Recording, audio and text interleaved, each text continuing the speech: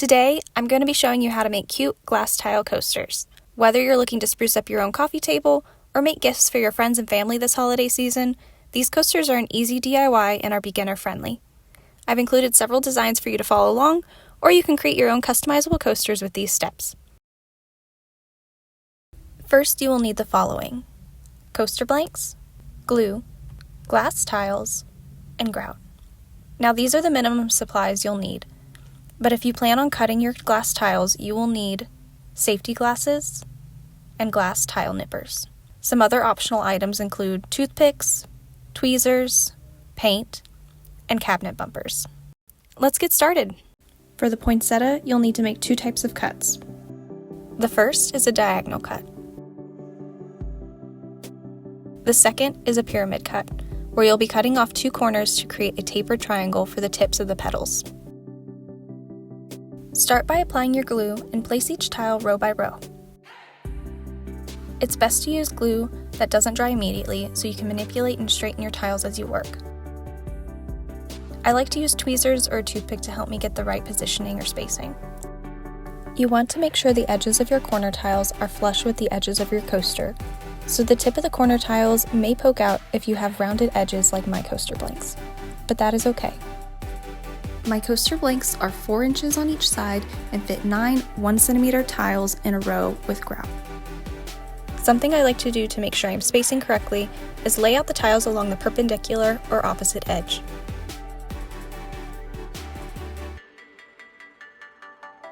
As you can see, I've dry fitted my design on another coaster blank to make assembly easy. Continue this process until all tiles are glued in place.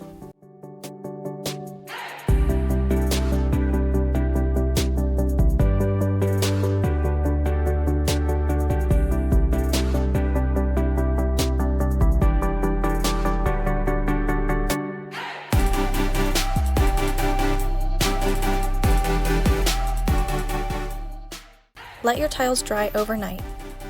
For this design, you'll need 4 different colors and you'll be making diagonal cuts. For the best effect, it's best to use alternating colors for the petals, otherwise the petals blend together and lack definition. Something that I found useful when designing these coasters was sketching out my designs on graph paper. That way, I didn't have to make any cuts before committing to a design. If you're looking to make your own patterns or designs, graphing them out makes the process much easier.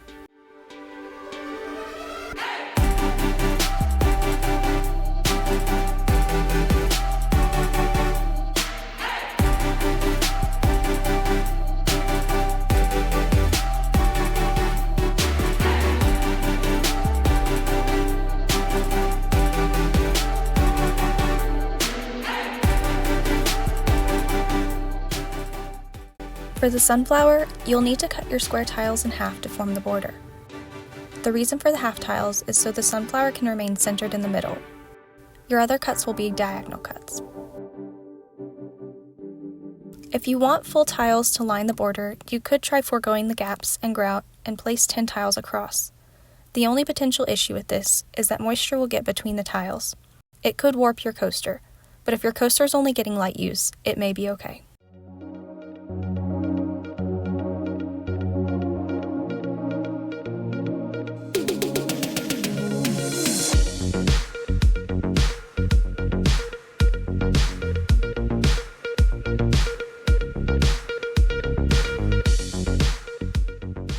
I call this design my disco coaster because the tiles are reflective with chrome and iridescent tiles scattered throughout.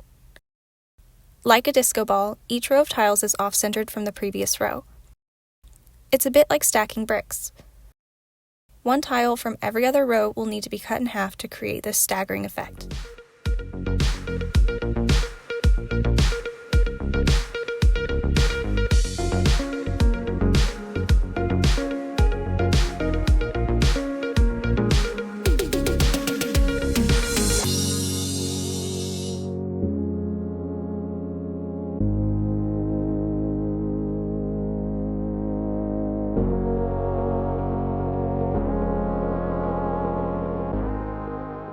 After your tiles have set overnight, you can then add the grout. To make sure the grout goes between the tiles, I'm using a folded piece of paper towel to push the grout around. You could also use a piece of foam. Make sure you get the grout to the edges of your coaster to create a good barrier. Once the grout is in place, gently wipe away the excess. You don't want to wipe too hard at this point because the grout is still very wet and you could wipe away too much.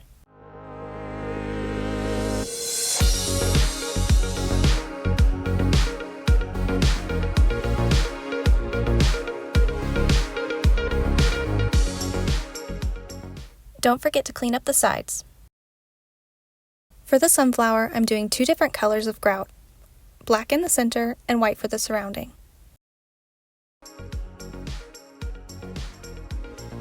When wiping away the grout, I'm being careful to wipe towards the center so I don't spread the black grout into the wrong areas. But if you happen to get the wrong color in a certain area, you can use a toothpick to scrape it out. You'll let the grout sit for 15 to 20 minutes to dry, then you can go back in with a damp paper towel or piece of foam and wipe the surface clean. After your grout has dried, there may be a slight haze left over on your tiles. Just take a paper towel or cloth and buff it out.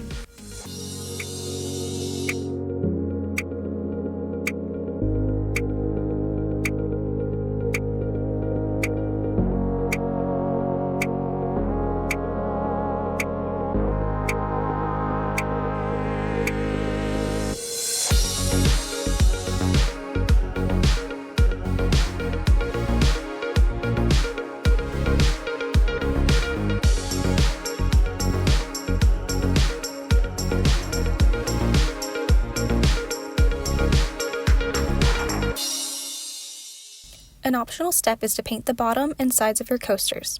I like to do this step because it gives it a finished look. Also, depending on how messy the grout application was, this can cover any stains that came about during that process. You can also add bumpers to the bottom of your coasters.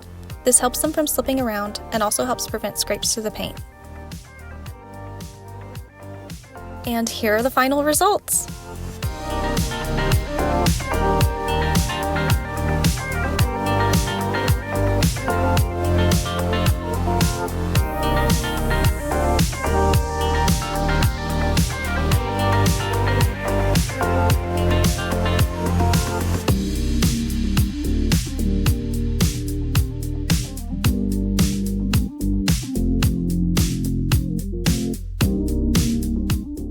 If you make any of these coasters or designs of your own, I hope you have a lot of fun doing so.